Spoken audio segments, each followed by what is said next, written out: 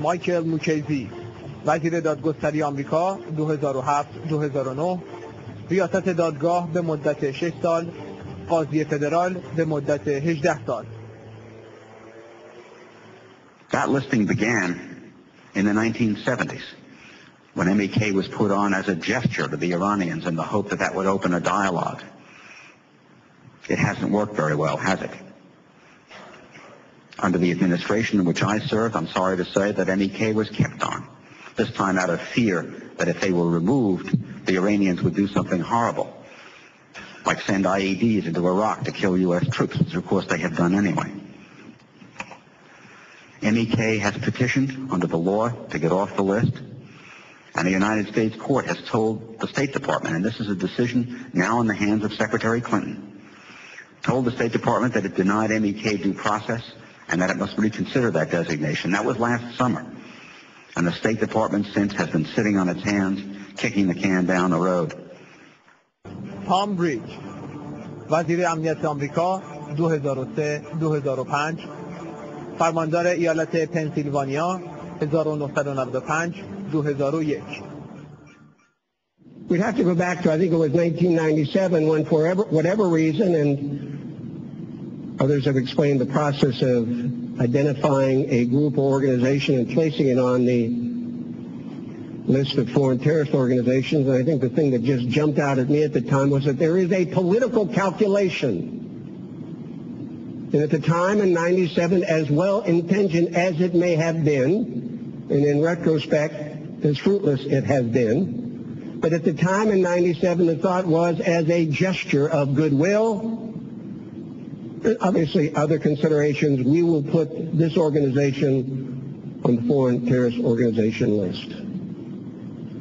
First of all, it's easy to say in retrospect, it's difficult to extend goodwill from people who don't understand what goodwill is. But I would remind the Secretary, since 97 through today, as we speak, there has been absolutely no progress, no change in attitude, or more importantly, no change in conduct, no change in rhetoric from one set of mullahs to another. No change. And if the goal was to effect change because of a goodwill gesture, it has proven to be futile.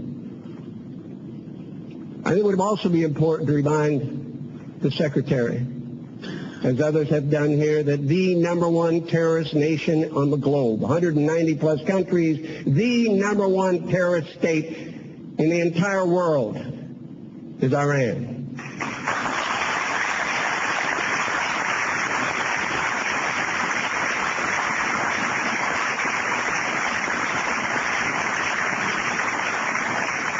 And others have mentioned Hamas, Hezbollah,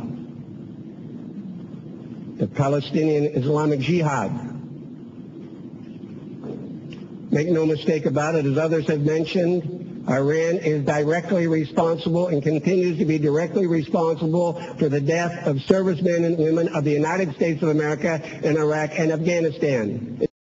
Even today, they are subjected to the arms, munitions, and the training provided by the Iranian government. So much for goodwill. And also, let's talk about how these negotiations have gone over the past several years with regard to a non-nuclear or the peaceful use of nuclear arms. The last couple of occasions they've met, and at the very outset of the negotiations and discussions, the Iranian representatives took that part of the discussion off the table. They only agreed the last couple of times, they agreed to meet another time. Obviously, those discussions had bore no fruit whatsoever as well.